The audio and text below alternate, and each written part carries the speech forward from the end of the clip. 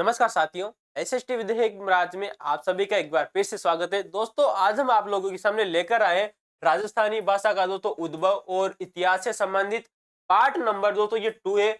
अगर इससे पहले आप लोगों ने पार्ट 1 जाकर नहीं देखा है तो उसे आप जाकर जरूर देखें। इससे पहले हम पार्ट 1 अपलोड कर चुके थे, जिसमें लगभग ये जो आपको प्रश्न नजर आ रहे हैं, ये हम इन सभी प्रश्नों को कर चुके थे। चलिए दोस्तों, आज हमारे पार्ट नंबर 2 की चर्चा करते हैं। पहला प्रश्न आप लोगों के सामने है स्क्रीन पर।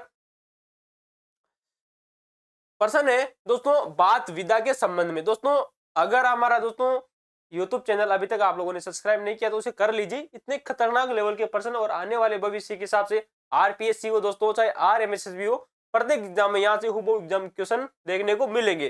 तो क्वेश्चन है कि वाद। दोस्तों, वाद क्या होती है? एक प्रकार की विधा होती है जो कि साहित्य में लिखी जाने वाली एक प्रकार की कला है। आप इसको इस प्रकार से समझ सकते हो। तो वाद के बारे में, वाद विधा के बारे में निम्नलिखित में से कौन सा कथन गलत है, ये आप लोगों को बताना है। दोस्तों, ये कहानी की तरह कहने और सुनने की एक प्रकार से दोस्तों एक विशेष विधा है। कहानी आप लोगों ने सुनी होगी बचपन में, जब भी आपके माता पिता आप लोगों को कहानी सुनाते होंगे कि एक राजा था, एक रानी थी, फिर आप पीछे से हुक्कारा भर देते तो इस प्रकार से दोस्तों जो बात होती है वो भी एक कहानी की तरह कहने और सुनने की एक विशेष प्रकार की विधा है। ये दोस्तों बात बिल्कुल सही है। कथा कहने वाले के साथ सुनने वाला बीच बीच में हुकारा भरता है, हुकारा। ठीक है दोस्तों, तो इस प्रकार से आपको बात याद रखनी है। तो कथा कहने के साथ में जो सुनने वाला दो व्यक्ति होता है वो बीच बीच में इसके साथ में क्या भरता है? हुकारा भी भरता है। ये बात आपको याद रखनी है। बात केवल, गौर करना शब्द दोस्तों, केवल पद्यमय रूप में ही मिलती है, इसका गद्य में इसका कोई संबंध नहीं है। ये बात गलत हो जाएगी। दोस्तों, हमेशा जब भी मैं बात की चर्चा करूं, किसकी दोस्तों? वाद की चर्चा करूं, तो ये गद्य में भी देखने को मिलती है और इसे दोस्तों पद्य में भी लिखा जाता है। साथ ही दोस्तों इसे गद्य और पद्य दोनों में देखने को मिलती है। तो दोस्तों इसके दोस्तों जो तीनों रूप हमेशा प्रचलित रहते हैं। तो इस वाला दोस्तों जो ऑप्शन है, ऑप्शन नंबर 3, ये गलत हो जाएगा। याद रखना, इंपॉर्टेंट है। तो तीसरा वाला ऑप्शन गलत हो जाएगा। पाबूजी वात। दोस्तों, लोक देवताओं में दोस्तों जो सबसे प्रमुख स्थान रखते हैं, गोगाजी जी, पाबूजी राठौड़, रामदेव जी का आप लोगों का नाम सुना होगा। दोस्तों, मेहा जी का आप लोगों ने नाम सुना होगा, खड़बू जी का आप लोगों ने नाम सुना होगा। तो वही पापूजी राठौड़ है दोस्तों, जिनके ऊपर एक दोस्तों वात लिखी गई है, पाबूजी की वात और कानड़ देरी वात। दोस्तों, ये कानड़ देरी दोस्तों जो वात है, जालौर के शासक हुए थे, आप लोगों को पता है। 1505 की बात आती है, 1508 की, सॉरी दोस्तों 1305 की और 1308 की बात आती है। जालौर के शासक हुए थे कानड़ देव, जो अलाउद्दीन खिलजी के साथ में युद्ध करते हुए मारे गए थे। ये बात आपको याद रखनी है। तो कानड़ देव की भी बात आती है, एक आती है दोस्तों पाबूजी की बात। ये प्रश्न दोस्तों एकदम सही है। ये प्रमुख रचनाएं विधा से संबंधित है, वाद से संबंधित है। ठीक है दोस्तों, अगर आपको दोस्तों प्रश्न अच्छा लगा हो तो वीडियो को अंत तक जरूर देखिएगा। वात गद्य में होती है, पद्य में होती है। गद्य और पद्य इस प्रकार की जो शैली होती है दोस्तों, जिसमें कुछ शब्द, कुछ जो लाइनें होती है वो गद्य रूप में लिख दी जाए, कुछ लाइनें पद्य रूप में लिख दी जाए, इसीलिए दोस्तों कहा जाता है दोस्तों चंपू शैली। क्या कहा जाता है? इसे कहा जाता है दोस्तों चंपू शैली।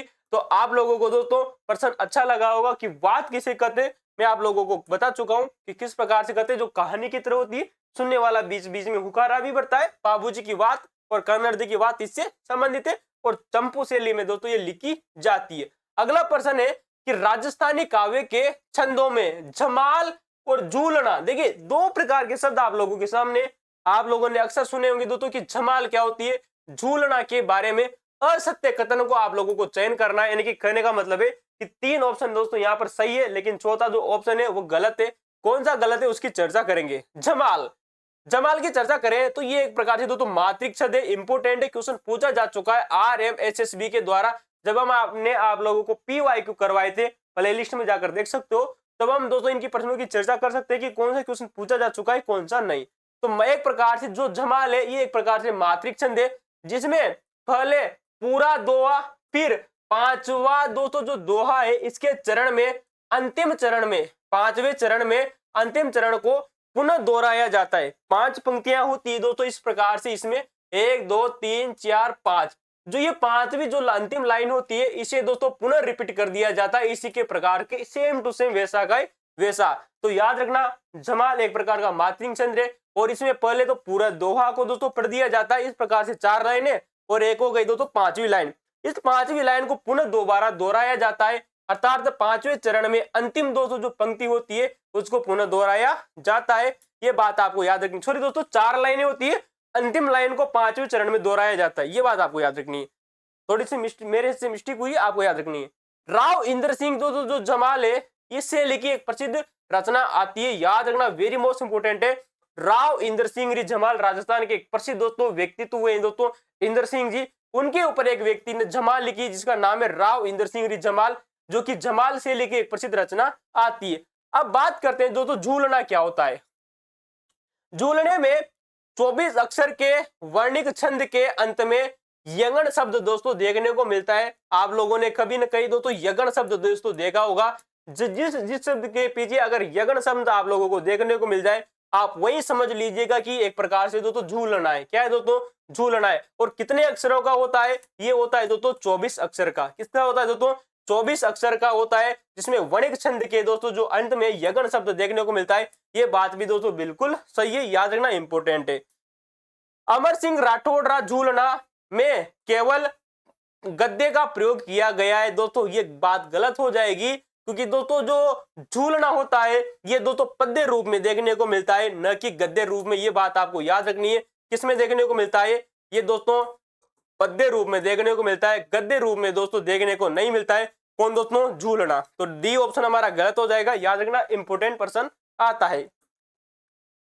व्याख्या आप देख सकते हो कि झूलना राजस्थानी काव्य की एक मात्रिक छंद है दोस्तों, जहां पर जो जमाल होती है वो भी मात्रिक छंद है, झूलना भी एक प्रकार से मात्रिक छंद है। ये भी आपको याद रखनी है, जो कि पद्य रूप में होता है, न कि गद्य रूप में। ये बात आपको जरूर याद रखनी है। तो ये दोस्तों पद्य रूप में देखने को मिलता है। अगले प्रश्न की दोस्तों चर्चा करते हैं, जहां से RMSSB के द्वारा पहले भी क्वेश्चन पूछा जा चुका है। पहला ऑप्शन है पर्ची और दूसरा है प्रकाश। दो कथाएं आप लोगों के सामने, दो विधाएं आप लोगों के सामने राजस्थानी भाषा की। एक होती है दोस्तों पर्ची, दूसरा होता है प्रकाश।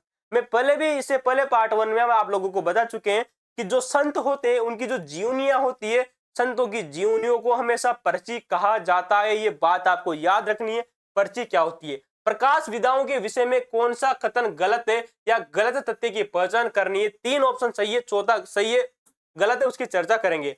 संत महात्माओं का पद्यबद्ध जीवन परिचय पर्ची कहलाता है। ये बात वेरी इंपोर्टेंट है दोस्तों, कई बार RMSSB के द्वारा पूछी जा चुकी है कि पर्ची किसे कहते हैं। शायद ये क्वेश्चन एक बार RPSC ने भी पूछा था, ये भी आपको याद रखना है। तो संत महात्मा जो होते हैं उनका दोस्तों जो जीवन परिचय होता है पद्यबद्ध रचना में होता है, उसे पर्ची कहा जाता है। किसी व्यक्ति विशेष की उपलब्धियों पर प्रकाश डालने वाली कृतियां हमेशा प्रकाश कहा जाती है। दोस्तों प्रकाश क्या होता है? कोई अगर एक विशेष व्यक्ति, जैसे कि मैं बात करूं महाराणा प्रताप, अगर महाराणा प्रताप के जीवन परिचय के ऊपर अगर मैंने कोई पुस्तक लिख दी तो क्या कहलाएगी? वो कहलाएगी दोस्तों प्रकाश, यानी कि किसी एक विशेष व्यक्ति के ऊपर। ठीक है दोस्तों, जैसे कि मैं बात करूं राजस्थान में विजय सिंह पथिक, तो विजय सिंह पथिक के ऊपर अगर मैंने कोई पुस्तक लिखी तो क्या कहलाएगी? प्रकाश कहलाएगी। ये बात आपको याद रखना है। तो यहाँ पर बात की जा रही है विशेष व्यक्ति की। ठीक है दोस्तों, किसी व्यक्ति विशेष की उपलब्धियां अगर उसको गिनावाई जाती है, ये शब्द को अंडरलाइन कर लेना। इससे पहले हमने दोस्तों जो ख्यात पढ़ी थी, इनमें दोस्तों बस थोड़ा बहुत ही अंतर है, ज्यादा अंतर नहीं है।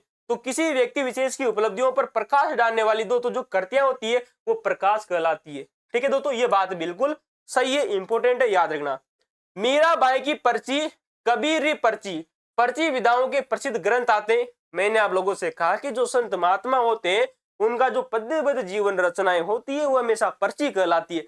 पर्ची की बात करें तो संत हुई थी एक दोस्तों मीराबाई, जिसे दोस्तों राजस्थान की राधा कहते हैं, इनकी एक पर्ची आती है, इनका जीवन परिचय भी है। कबीरदास भी एक प्रसिद्ध संत हुए, इनकी भी एक पर्ची आती है। तो ये दोस्तों पर्ची के प्रमुख ग्रंथ हो जाएंगे।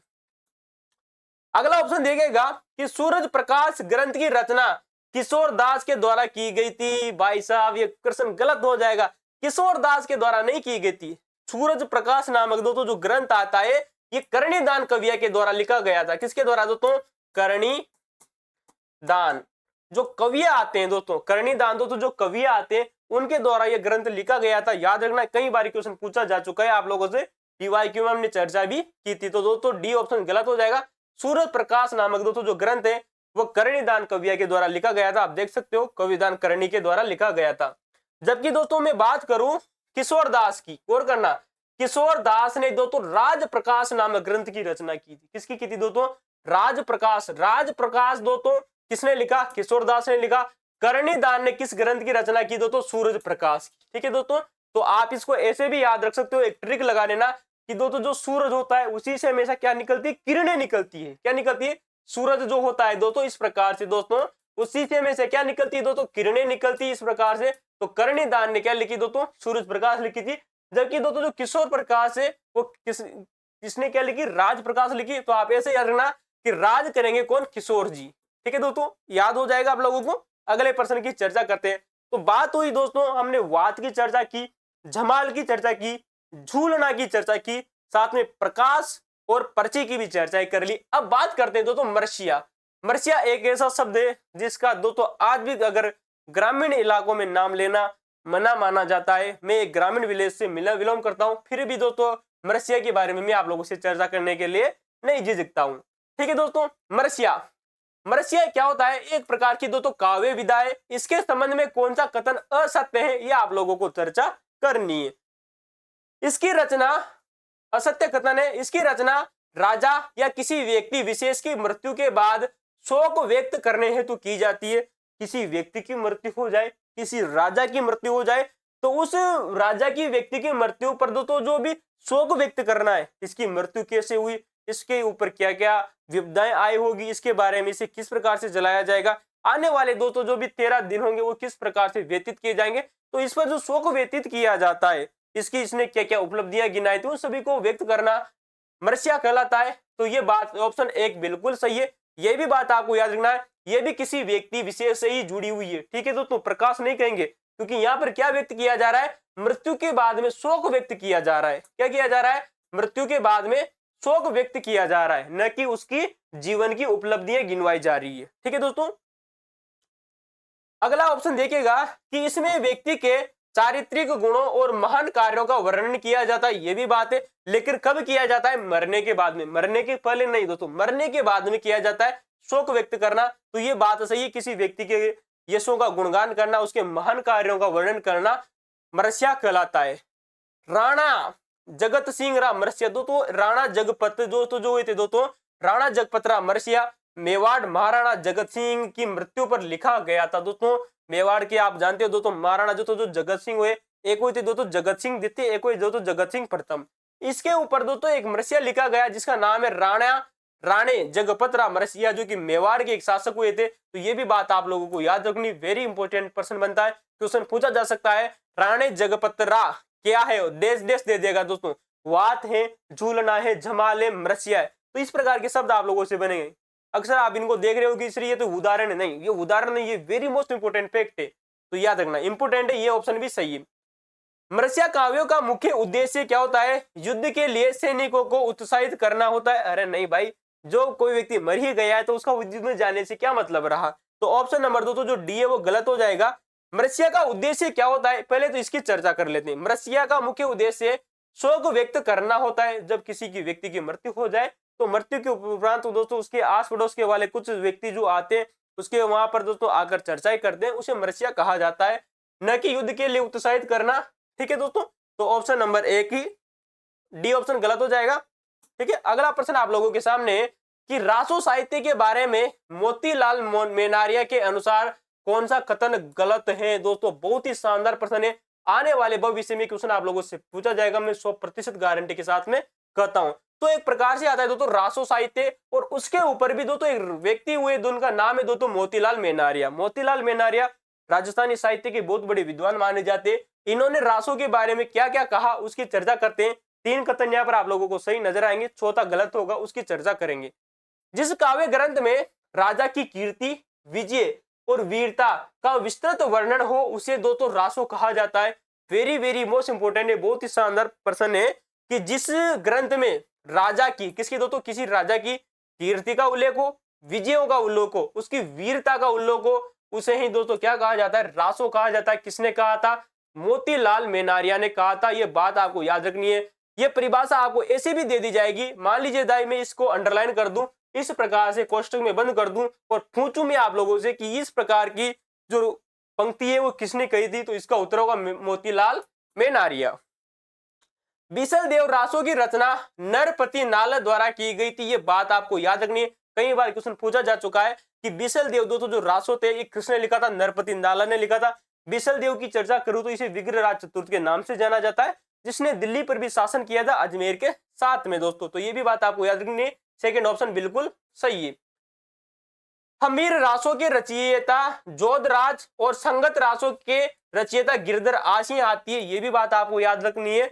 अमीर का दोस्तों जो रासो है ये जोधराज ने लिखा था दोस्तों, और जो संगत रासो है वो हमेशा गिरधर आसिया के द्वारा लिखा गया था। आप इसको ऐसे भी दोस्तों ट्रिक के माध्यम से याद कर सकते हो कि हमेशा दोस्तों जो गिरधर गोपाल होते हैं हमें उनकी क्या करनी चाहिए, संगत करनी चाहिए, क्योंकि वो भगवान थे और भगवान की संगत करने से हम कहीं ना कहीं हमारा भी उद्धार हो सकता है। तो मैंने तो इसको इसे याद किया था कि संगत रासो गिरधर आसिया ने लिखा था, संगत करो गिरधर आसिया की। हमीर का मतलब दोस्तों ये जोधराज के द्वारा लिखा गया था, लेकिन मैं आप लोगों को यहाँ पर दोस्तों थोड़ा बहुत फैक्ट आप लोगों को बता दूं कि दोस्तों जो हमीर रासो है दोस्तों ये दो व्यक्तियों के द्वारा भी लिखा जा चुका है, उसकी भी हम आप लोगों से चर्चा करेंगे, आगे देखते रहिए वीडियो को। अगला है कि पृथ्वीराज रासो के लेखक दलपति विजय आते हैं, दोस्तों ये गलत हो जाएगा। आप लोगों को पता है दोस्तों जो पृथ्वीराज दोस्तों जो रासो नामक दोस्तों जो रचना आती है वो चंद्रप्रदाय की आती है। किसकी आती है दोस्तों, चंद्रप्रदाय की। आप देख सकते हो दोस्तों पृथ्वीराज रासो चंद्रप्रदाय ने लिखा था। जबकि दोस्तों मैं दलपत विजय की भी बात करूंगा दोस्तों, जो दलपत विजय नाम के दोस्तों जो व्यक्ति हुए थे इन्होंने क्या लिखा था दोस्तों, खुमान रासो लिखा था। ठीक है दोस्तों, तो आप इसको ऐसे भी याद रख सकते हो कि दलपत कुश हुआ, क्या हुआ दोस्तों, जो दिलकुश है वो क्या हुआ दोस्तों, कुश हुआ। ठीक है, तो याद रखना है दोस्तों जो दिलकुश है वो कुश हुआ था, तो इसको खुमान रासो हो जाएगा। और पृथ्वीराज दोस्तों जो रासो है वो चंद्रप्रदाय हो जाएगा। ठीक है दोस्तों, अब आप इसको कैसे याद रखोगे मैं आप लोगों को बता दूं, क्योंकि जो पृथ्वी है दोस्तों वो दोस्तों हमेशा चंद्रमा के समान ही नजर आती है हमेशा। ठीक है, दोनों पास पास में जो ग्रह हैं उन ग्रहों में पास पास ही दोस्तों एक दूसरे के चक्कर लगाते रहते हैं। तो पृथ्वीराज रासो इनकी प से पृथ्वी दोस्तों और चंद्र से चंद्रप्रदाय, तो पृथ्वी और चंद्रमा दोस्तों साथ साथ में आपस में घूर्णन करते हैं सौर मंडल में, तो वहां पर भी आप देख सकते हो। तो ऑप्शन नंबर डी गलत हो जाएगा। क्यों गलत हुआ ये हमने आप लोगों से चर्चा की दोस्तों। उम्मीद करता हूं आप लोगों को दोस्तों टॉपिक समझ में आया होगा। यहां तक कि दोस्तों अगर आप इस वीडियो को 1 से 2 से 3 बार देखोगे तो ये वीडियो आपको दोस्तों पूरी तरह से कंटेंट हो जाएगा, क्योंकि जो पढ़ाने की जो शैली वो मैंने आप लोगों के सामने बिल्कुल ही सरल रखी है। अगला दोस्तों हमारी जो विधा आती है राजस्थानी साहित्य में, एक आती है दोस्तों रूपक, आप लोगों ने नाम सुना होगा, एक आती है दोस्तों विगत, विधाओं के बारे में। दोस्तों रूपक और विगत विधाओं के बारे में असत्य कथन आप लोगों को बताना है कि कौन सा कथन असत्य है। चले दोस्तों चर्चा करते हैं पहले ऑप्शन की तरफ। किसी वंश या व्यक्ति की उपलब्धियों को दर्शाने वाली काव्य कृति रूपक कहलाती है। भाई साहब फिर वही दोस्तों हमारा झालम जो लोग है कि प्रकाश भी क्या होता है, एक प्रकार से किसी व्यक्ति विशेष की जो उपलब्धियां होती है उन्हें भी दोस्तों प्रकाश कहा जाता है। रासो की हमने चर्चा की, किसी भी व्यक्ति की विशेष की जो उपलब्धियां होती है उसे भी प्रकाश कहा जाता है। लेकिन यहाँ पर किसी वंश प्लस व्यक्ति, गौर करना जब भी ये शब्द RRM SSB के द्वारा पूछा गया है तो इस प्रकार के शब्दों को कोडिंग कर लेना। यहाँ पर वंश या व्यक्ति दोनों एक साथ ही आएंगे, जब ये दोनों शब्द एक साथ में नजर आए तभी आप दोस्तों रूपक करना वेरी मोस्ट इंपोर्टेंट है। अगर व्यक्ति विशेष की उपलब्धियां आ जाए तो आप प्रकाश कर सकते हो। अगर किसी वंश या व्यक्ति दोनों शब्द अगर एक साथ आएंगे तभी आपको दोस्तों रूपक करना है। और याद रखना ये प्रकार से काव्य करती है तो ये दोस्तों रूपक कहलाती है। किसी भी व्यक्ति की हो या वंश की हो उपलब्धियों को साथ में जो दर्शाने वाली जो काव्य करती होती है वो रूपक कहलाती है। ऑप्शन 1 बिल्कुल सही है। विगत की चर्चा करें तो किसी विषय का विस्तृत विवरण और सांख्यिकी के आंकड़े प्राप्त होते हैं, ये बात बिल्कुल सही है। विगत क्या होती है, किसी एक स्पेशल टॉपिक को ले लिया जाए, जैसे मैं बात करूं राजस्थान में दोस्तों मरुस्थलीकरण, और मरुस्थलीकरण से संबंधित अगर मुझे कोई सांख्यिकी जो डाटा है, स्टैटिस्टिकली जो डाटा है, अगर मैं उसको उपलब्ध करवा दूं तो वो विगत कहलाती है। तो ऑप्शन नंबर बी भी दोस्तों यहाँ पर सही हो जाएगा। मारवाड़ परगनारी विगत में केवल राजाओं के मनोरंजन का वर्णन देखने को मिलता है, ये बात गलत हो जाएगी। क्यों गलत हो जाएगी, क्योंकि पहली बात तो यहाँ पर केवल शब्द लगा दिया गया है, इस वजह से केवल शब्द आते ही दोस्तों 90% संभावना होती है परसेंट डिलीट हो जाएगा। क्योंकि जो मारवाड़ परगनारी दोस्तों जो विगत है इसमें हमारा दोस्तों जो पश्चिमी राजस्थान है वहां की जो सांख्यिकी दोस्तों जो डाटा है वो इसमें उपलब्ध होता है, ये बात आपको याद रखनी है।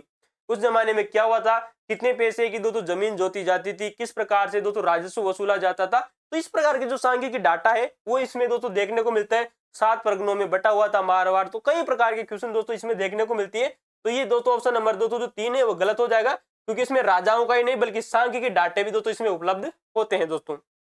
ऑप्शन नंबर 4 की बात करें, गज गुण रूपक और राज रूपक प्रसिद्ध रूपक काव्य के उदाहरण देखने को मिलते हैं। गज रूपक, गज गुण रूपक और राज रूपक कई बार एग्जामों में आप लोगों से पूछे जा चुके, आप लोगों ने जब पीवाईक्यू देखे होंगे तो पता होगा।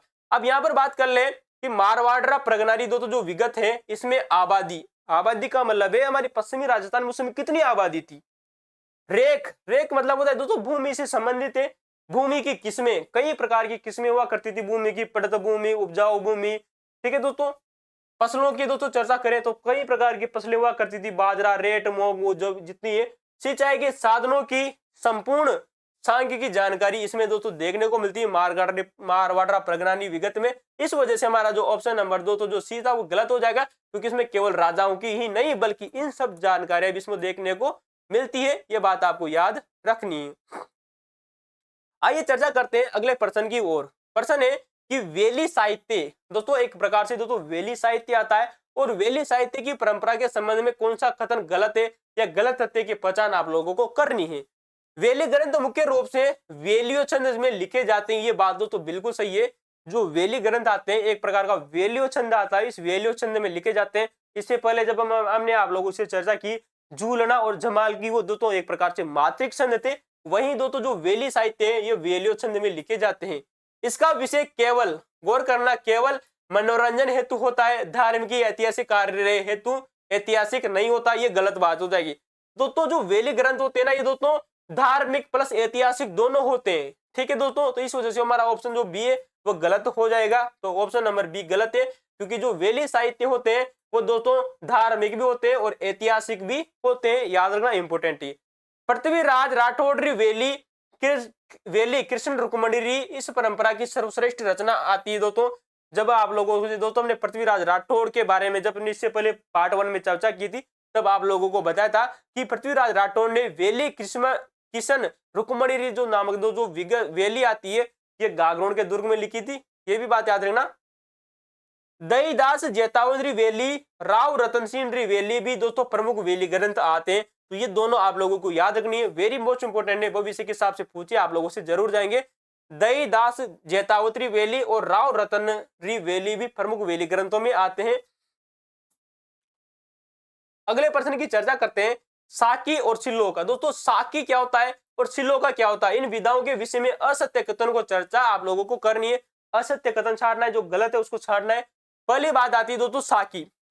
साकी जो शब्द है वो साक्षी से बना है, साक्षी मतलब होता है दोस्तों इसमें संत कवियों के अनुभव जन्य ज्ञान का वर्णन देखने को मिलता है। तो संत और जो कवि होते हैं इनका अनुभव जन्य ज्ञान, अनुभव का मतलब होता है जब उन्होंने अपने जीवन में फील किया, अपने जीवन में जो उन्होंने भोगा, अनुभव किया, उनमें जो ज्ञान प्राप्त होता है उसे दोस्तों साकी कहा जाता है। ऑप्शन एक बिल्कुल राइट है। मान लीजिए दोस्तों आप इसको ऐसे समझिए कि मीराबाई ने अपने जीवन में जो राणा था दोस्तों, राणा सांगा, तो सॉरी दोस्तों हम यहां से पहले तो अपनी प्रश्न की ओर चलते हैं।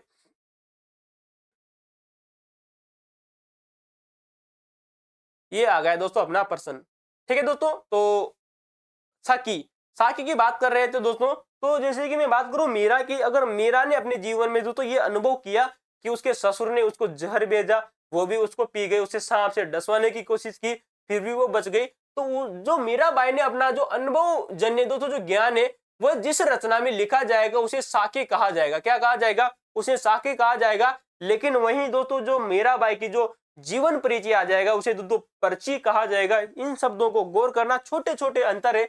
और दोस्तों जो साके शब्द है वो साक्षी से बना है। ऑप्शन नंबर एक बिल्कुल सही हो जाएगा।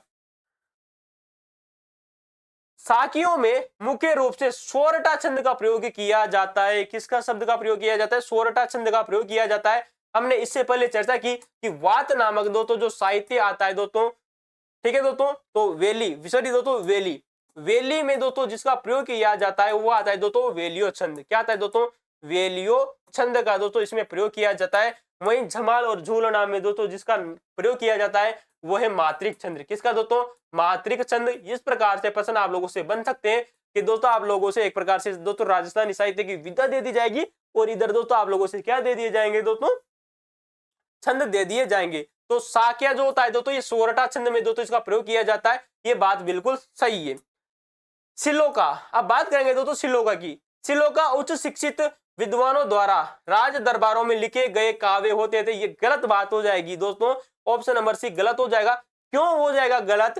क्योंकि जो श्लोका होते थे ना दोस्तों ये जनमानस में लिखे जाते थे दोस्तों, ठीक है दोस्तों। तो जो साधारण पढ़े लिखे दोस्तों जो लोग होते थे, चाहे वो गांव के हो, किसी भी प्रकार के इलाके हो, जंगली इलाका हो, पहाड़ी इलाका हो, पढ़े लिखे जो छोटे छोटे जो साधारण जो मनुष्य होते थे उनके द्वारा दोस्तों जो ग्रंथ लिखे गए उन्हें श्लोका कहा जाता है, ये बात आपको याद रखनी है।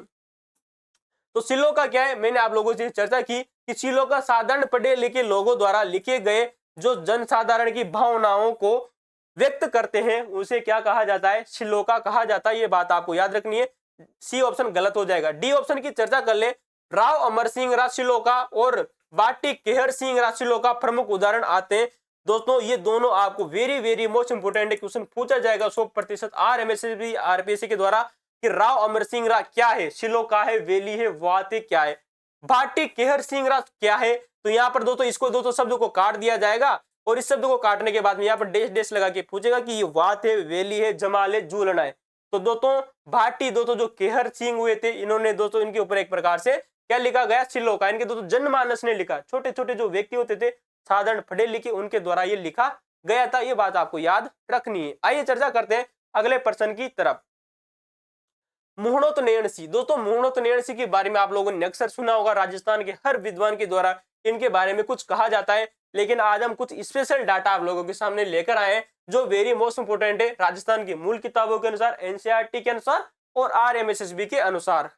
मुहणोत्तनयनसी ख्यात की रचना की जो कि एक विशिष्ट ऐतिहासिक कृति है। नयनसी ने एक दोस्तों ख्यात की रचना की जो कि जिसे मुहणोत्तनयनसी ख्यात कहा जाता है।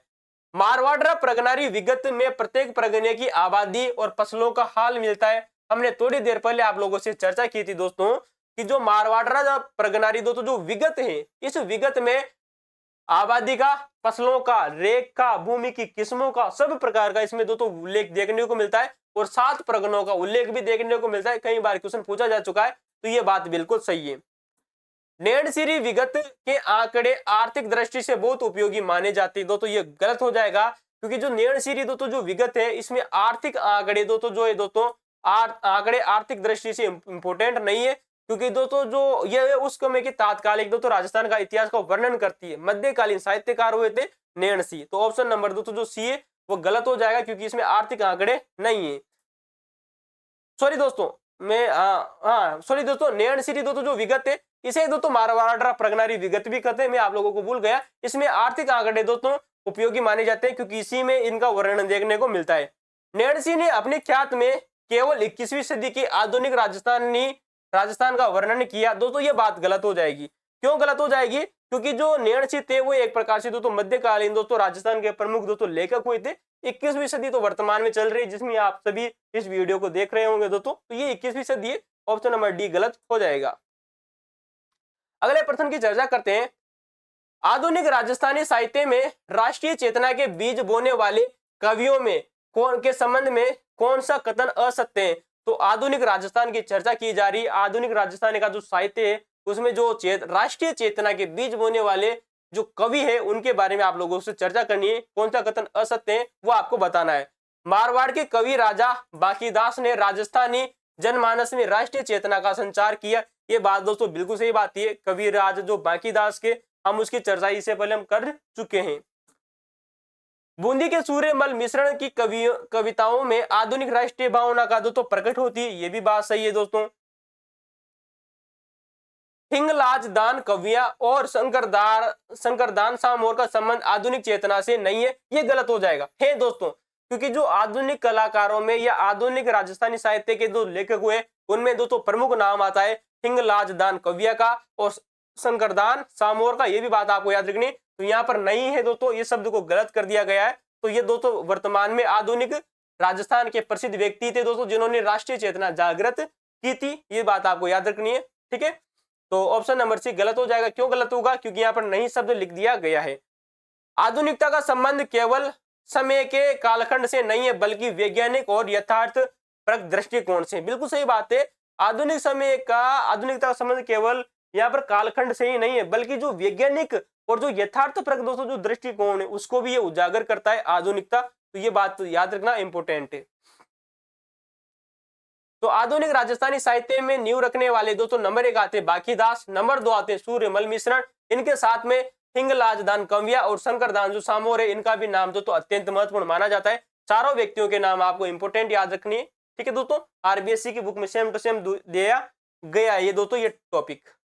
अगला प्रश्न है कि कवि उमरदान और रामनाथ कविया की रचनाओं के विषय में कौन सा गलत कथन या गलत तथ्य की आप लोगों को पहचान करनी है।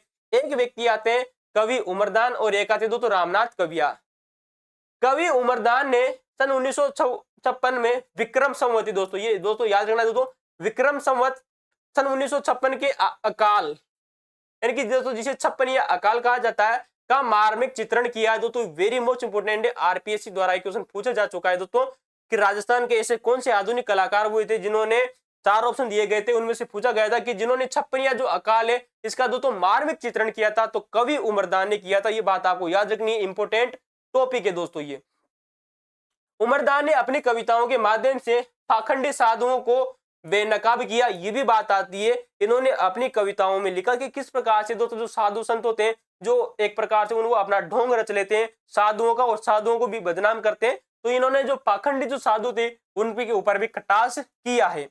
अगला ऑप्शन देखिएगा कि रामनाथ कविया की रचना द्रौपदी विनय मुख्य रूप से सामंती शोषण के विरुद्ध है दोस्तों। नहीं दोस्तों, इसका उत्तर दोस्तों कि रामनाथ दोस्तों जो कविया था इसका दोस्तों जो उद्देश्य था वो राष्ट्रीय चेतना के बारे में था, सामंतों के शोषण के बारे में ये रचना नहीं लिखी गई थी। ये बात आपको याद रखनी है।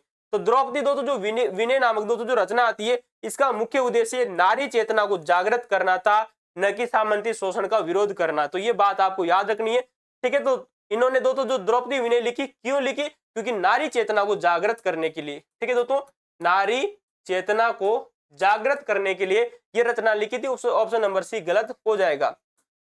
द्रौपदी विनय के माध्यम से रामनाथ कविया ने नारी चेतना को जागृत किया। ऑप्शन नंबर डी बिल्कुल राइट हो जाएगा।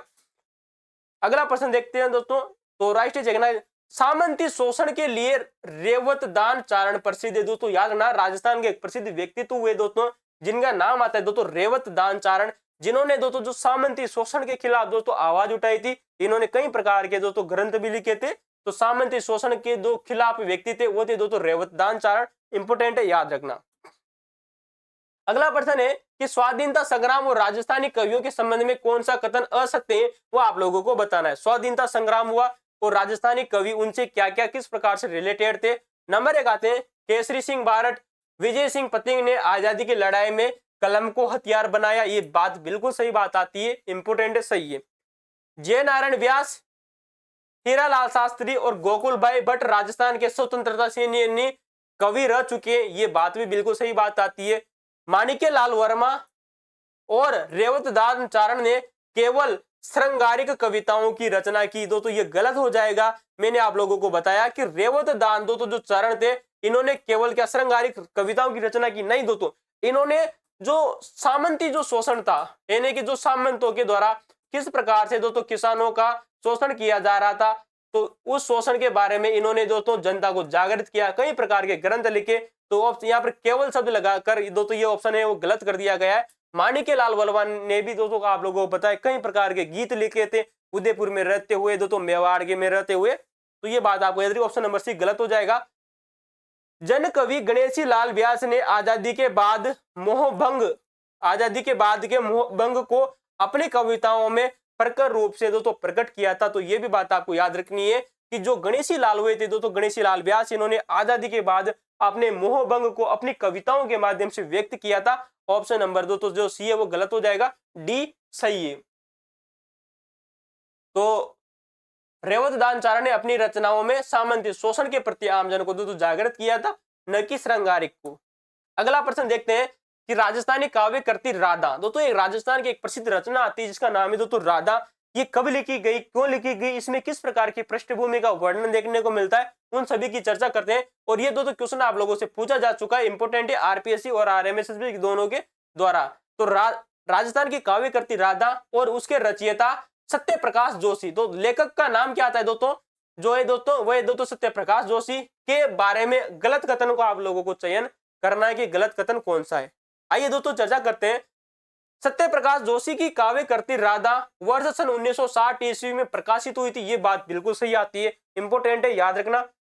इस कविता इस कविता में राजस्थानी परंपरा के अनुसार युद्ध को गौरव गान करती है। क्या ये जो राधा नामक दोस्तों जो काव्य करती है कि राजस्थानी परंपरा के अनुसार युद्ध के गौरव का गान करती है? नहीं दोस्तों, इसमें जो सत्यप्रकाश जोशी है वो अपनी भावनाओं को व्यक्त करते हुए कहते हैं जो राधा है वो एक प्रकार से पात्र है दोस्तों, और दूसरी तरफ भगवान श्री कृष्ण आपस में खड़े हुए हैं।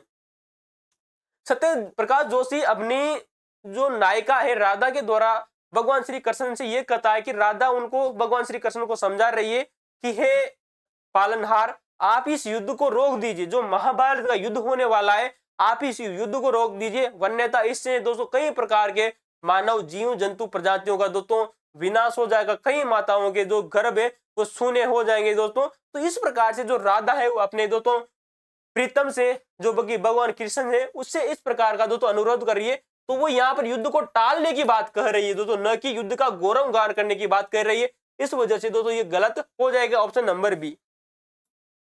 तो बी गलत है। इसमें राधा के माध्यम से श्री कृष्ण को भयंकर युद्ध को टालने का संदेश दिया गया है। ये बात बिल्कुल सही है दोस्तों। सत्यप्रकाश जोशी अपनी मौलिक और गैर पारंपरिक सोच के लिए दोस्तों जाने जाते हैं।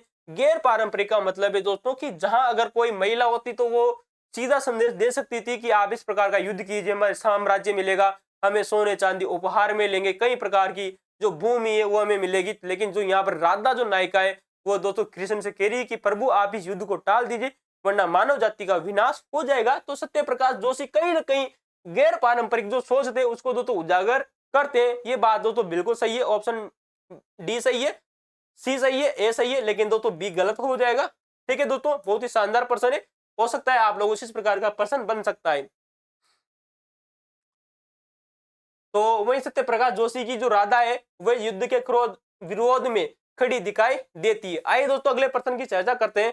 प्रश्न आप लोगों के सामने कि कन्हैया लाल सेठिया और मेघराज मुकुल की रचनाओं के संबंध में असत्य कथन को आप लोगों को चर्चा करना है। सेनानी दोस्तों, जो सेनानी की दोस्तों जो रचनाएं ये कवि सम्मेलनों की सर्वाधिक लोकप्रिय कविताओं में से एक मानी जाती है। जो कवि सम्मेलन आज के समय में होते हैं उन्होंने जो सेनानी नामक दोस्तों जो रचना लिखी थी ये किसने लिखी थी? इसके लेखक आते हैं दोस्तों मेघराज मुकुल। ये बात आपको याद रखनी है। तो मेघराज मुकुल ने सेनानी नामक रचना लिखी जो कि कवि सम्मेलनों की सर्वाधिक लोकप्रिय कविताओं में से एक मानी जाती है। ये बात इंपोर्टेंट है, सही है दोस्तों। मेघराज मुकुल ने धरती धोरारी गीत की रचना की, ये बात गलत हो जाएगी। धरती धोरारी गीत की दोस्तों जो रचना है वो कन्हैया लाल सेठिया के द्वारा की गई थी, न कि मेघराज मुकुल के द्वारा। इस वजह से ऑप्शन नंबर दोस्तों जो बी है वह गलत हो जाएगा। कन्हैया लाल सेठिया के प्रमुख काव्य संग्रह मीजर और लीलटास है, ये भी बात आपको याद रखनी है। जिससे पहले हम आप लोगों के सामने दोस्तों एक टॉपिक कंप्लीट कर चुके हैं, राजस्थान के प्रमुख व्यक्तित्व। और राजस्थान के प्रमुख व्यक्तित्व में हमने कन्हैया लाल सेठिया के बारे में चर्चा की, विजयदान देता के बारे में चर्चा की, कई व्यक्तियों के हमने चर्चा की, पन्ना दाय, गौरी बाई, गौरी देवी, ठीक है दोस्तों, पीके सेठी है ना, विश्व मोहन भट्ट। तो याद रखना है उसी प्रकार से जो कन्हैया लाल सेठिया की जो काव्य संग्रह है इनका नाम है दोस्तों मीजर, एक लीलटास और धरती धोरा भी इन्हीं की रचना आती है। सेठिया जी की रचनाएं सोई हुई आत्मा को जगाने की क्षमता रखती है। अगर मान लिया जाए दोस्तों किसी भी व्यक्ति की अंतर आत्मा मर चुकी, अंतर आत्मा मरने का मतलब है कोई दोस्तों देशद्रोही हो जाना, अपने राज्य के खिलाफ भी भड़क उठना, कई प्रकार की दोस्तों जो उसकी आत्मा अगर वो अपने पूर्वजों को याद करते हुए अगर गलत काम करती है तो उसको दोस्तों इसकी जो रचना है दोस्तों कन्हैया लाल सेठिया की वो उस व्यक्ति के आत्म स्वाभिमान को जगाने का कार्य करती है। तो ये भी बात आपको याद रखना है, इंपोर्टेंट है, ये ऑप्शन भी सही हो जाएगा। धरती धोरारी गीत की रचयिता कन्हैया लाल सेठिया ने की थी, जबकि मेघराज मुकुल ने सेनानी नामक दोस्तों रचना लिखी थी। दोस्तों एक होते दोस्तों सेनानी, एक होते दोस्तों सेमानी, उसकी चर्चा करेंगे दोस्तों, ठीक है दोस्तों।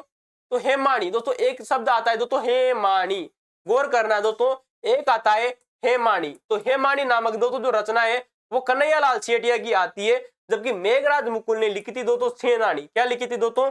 सेनानी, ठीक है दोस्तों, ये बात आपको याद रखनी है। तो इस प्रकार के प्रश्न भी आप लोगों से बन सकते हैं। ये प्रश्न अभी हाल ही में आपको पता है दोस्तों रीट एग्जाम में पूछा गया था, तो कभी कभी बच्चे यहाँ पर कंफ्यूजन हो जाते हैं। तो हेमानी नामक रचना किसने लिखी? कन्हैयालाल सेठिया ने।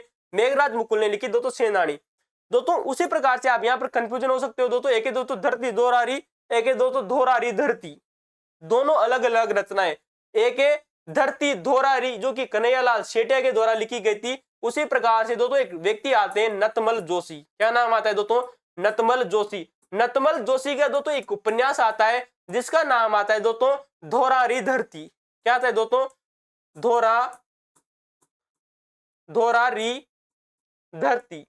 तो इस प्रकार से भी आपको याद रखनी है दोस्तों, जहां पर अगर शब्दों का गौर कर लेना, दोहरारी धरती इसके लेखक है नतमल जोशी, धरती दोहरारी इसके लेखक है कन्हैयालाल सेठिया। ये क्वेश्चन RMSSB के द्वारा पूछा जा चुका है। थोड़ी देर बाद हम इस क्वेश्चन को जरूर आप लोगों के सामने लेकर आएंगे, अंत तक बने रहेगा जो क्वेश्चन पूछा गया था। अगला प्रश्न देखिएगा कि राजस्थानी भाषा की साहित्यिक पत्रिकाओं को उनके प्रभाव के बारे में गलत तथ्य की पहचान आप लोगों को करनी है। तो राजस्थानी भाषा की जो साहित्यिक जो पत्रिकाएं हैं दोस्तों, पत्रिकाओं और उनके जो प्रभाव है उनके बारे में आपको बताना है। 7वें दशक के मध्य तक आधुनिक कविता का पहला दौर चला था। 7वें दशक का मतलब है दोस्तों जो हमारी 20वीं शताब्दी थी दोस्तों, तो 20वीं शताब्दी का जो आधुनिक दोस्तों सन 1970 तक का जो समय आता है उस तक दोस्तों आधुनिक कविताओं का पहला दौर चला था। नंबर एक बात आती है आने वाले समय में मैं आप लोगों को बता दूं दोस्तों, इस प्रश्न से 100% कहीं ना कहीं क्वेश्चन आप लोगों से पूछा जाएगा। विश्वास और दावे के साथ खत्म, अगर क्वेश्चन नहीं आए तो आप अपना नाम चेंज कर लेना, ठीक है दोस्तों। पहला आता है कि मरुवाणी जलम भोम ओल्मो राजस्थान की साहित्यिक पत्रिकाएं थी। कितना शानदार प्रश्न है दोस्तों। मरुवाणी के नाम से भी राजस्थान में एक पत्रिका आती थी, राजस्थानी भाषा की चर्चा कर रहा हूं मैं दोस्तों। जलम भोम के नाम से भी राजस्थान में दोस्तों एक पत्रिका आती है, और एक आती है ओल्मो। ओल्मे का मतलब होता है किसी को याद करना दोस्तों, तो किसी को याद करने से संबंधित भी एक पत्रिका आती थी जिसका नाम है दोस्तों ओल्मो। मैंने तो तारी ओल्मो आवेरे राजा, अब तो आजा रे परदेसी। तो कई प्रकार के गीत है वो राजस्थान में चलते हैं। अगला देखिएगा हरियालो दोस्तों, ये ऑप्शन सही है, इंपोर्टेंट है, याद रखना, पहला भी सही है। हरियालो दोस्तों, हरियाल दोस्तों एक प्रकार की राजस्थानी पत्रिका आती है। दूसरी आती है राजस्थली दोस्तों, ये शब्द वेरी वेरी मोस्ट इंपोर्टेंट है, राजस्थली। और एक आती है इसरलाट। इसरलाट आप लोगों ने सुनी होगी दोस्तों कि जयपुर में एक इसरलाट बनी हुई सवाई ईश्वरी सिंह के समय की। उस प्रकार की जो ऐतिहासिक जो कहानियां हैं उन कहानियों के साथ में वो किस प्रकार से दोस्तों राजस्थान के इतिहास को उजागर करती है। कहानी ही नहीं बल्कि वो वर्तमान में दोस्तों एक वास्तुकला के तौर पर भी दोस्तों जयपुर में विद्यमान है। तो उसकी भी हम चर्चा करेंगे जब भारतीय इतिहास राजस्थान इतिहास आप लोगों को पढ़ाया जाएगा। लेकिन यहाँ पर जो इसरलाट है दोस्तों वो एक प्रकार से पत्रिका है, वो भी राजस्थानी भाषा की, ये भी बात आपको याद रखनी है। तो दोस्तों मरुवाणी हुई, जलम्बोम हुई, ओल्मो हुई, हरियाल हुई, राजस्थली हुई, इसरलाट हुई। इसके अलावा चामल इंपोर्टेंट है, ये भी राजस्थानी भाषा की एक पत्रिका आती है। अपरंच पत्रिकाओं का प्रकाशन केवल अंग्रेजी भाषा में होता था। यह शब्द गलत हो गया भाई साहब, क्यों हो गया? इसी वजह से ऑप्शन गलत हो जाता है, क्योंकि जो चालम और दोस्तों जो अपरंच है ना, ये भी एक प्रकार से राजस्थानी साहित्य की पत्रिकाएं आती है, ठीक है दोस्तों। लेकिन यहाँ पर अंग्रेजी शब्द लिख दिया, इस वजह से ऑप्शन नंबर डी है वो गलत हो जाएगा।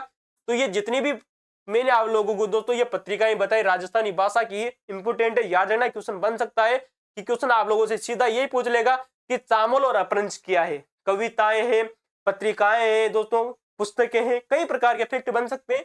तो याद रखना राजस्थानी भाषा की साहित्य की पत्रिकाएं हैं दोस्तों। अगला ऑप्शन देखिएगा, बहुत ही शानदार प्रश्न आप लोगों के सामने। इस प्रकार के प्रश्न वर्तमान में RMSSB के द्वारा बहुत बार आप लोगों से पूछे जा रहे हैं, ठीक है दोस्तों। तो आधुनिक कवियों और उनकी रचनाओं में कौन सा जोड़ा असत्य है वो आप लोगों को बताना है दोस्तों, ठीक है दोस्तों। मणि मधुकर दोस्तों एक राजस्थान के प्रसिद्ध लेखक हुए जिनका नाम आता है मणि मधुकर, जिन्होंने सोजती गेट लिखी और पग फेरो लिखी। कहने का मतलब है कि मणि मधुकर के द्वारा दो राजस्थानी कविताएं लिखी गई, जिनके जो रचनाएं लिखी गई, एक है सोजती गेट, एक आती है पग फेरो। इसको दोस्तों याद रखने की एक ट्रिक है, मैंने जब जब इसको याद किया था मैं कभी भूला नहीं हूं आज तक भी। तो आप इसको ऐसे याद रखना कि जो मधु नाम की एक लड़की थी, जैसे ही दोस्तों उसकी शादी होती है, पग फेरो, पग फेरा आप जानते ना दोस्तों कि पग के फेरे पड़ना, जैसे वो पग फेरो करती है, जैसे वो अपने ससुराल में जाती है, ससुराल में जाने के बाद में जो उसका जो गेट आता है दोस्तों, उसके दोस्तों घर का उस गेट को क्या करती है दोस्तों, वो दोस्तों आगे बढ़ने का कार्य करती है गेट, यानी कि सोजत का जो गेट है, पाली में उसका ससुराल है सोजत में, तो सोजत के गेट को वो अपने पग फेरो होने के बाद में उसको पार करती है। आप इसको ऐसे भी याद रख सकते हो, ऑप्शन एक बिल्कुल सही है। अगले प्रश्न को देखिएगा, हरीश बदानी बोले शरणातो बाथा में भूगोल। दोस्तों ये बात बिल्कुल सही है, ये रचनाएं किसकी आती है, हरीश बदानी की रचनाएं आती है। बोले शरणाटो, शरणाटो ये दोस्तों शरणाटो है दोस्तों, और बाथा में भूगोल भी इन्हीं की रचना आती। कई बार क्वेश्चन पूछा गया है, इसको याद रखने की मैंने आपको एक ट्रिक बताई थी पहले भी और आप लोगों को आज भी बता रहा हूं कि जैसे जैसे दोस्तों जो हरीश व्यक्ति नाम का एक लड़का है दोस्तों, जैसे जैसे वो जंगल में जाता है, और जंगल में आप जानते हो क्या होता है दोस्तों, भूगोल होता है, और भूगोल में बीच में उसको एक टाइगर मिल जाता है दोस्तों, बाघ मिल जाता है, और दोस्तों वो सन्नाटे की आवाज आती है, जैसे जंगल में जाता है सर्र, तो सन्नाटे की आवाज आती है, तो सरनाटो बोले। जैसे जैसे वो जंगल में गया, जंगल का मतलब दोस्तों भूगोल, और जंगल में क्या मिला उसे दोस्तों, बाघ की आवाज है सन्नाटे की। तो आप इसको ऐसे याद रखना, हरीश बदानी ने क्या रचना लिखी थी दोस्तों, दो रचनाएं इनकी इंपॉर्टेंट है, बोले सरनाटो और बाता में भूगोल किसकी आती है, हरीश बदानी की रचना आती है। ऑप्शन नंबर सी को देखेगा कि चंद्र प्रकाश देवल ने पागी, कावड़ और दोस्तों ये दोस्तों भारंग नहीं है, थोड़ा सा यहाँ पर मिस प्रिंट हो गई है, ये दोस्तों मारंग है। क्या है दोस्तों,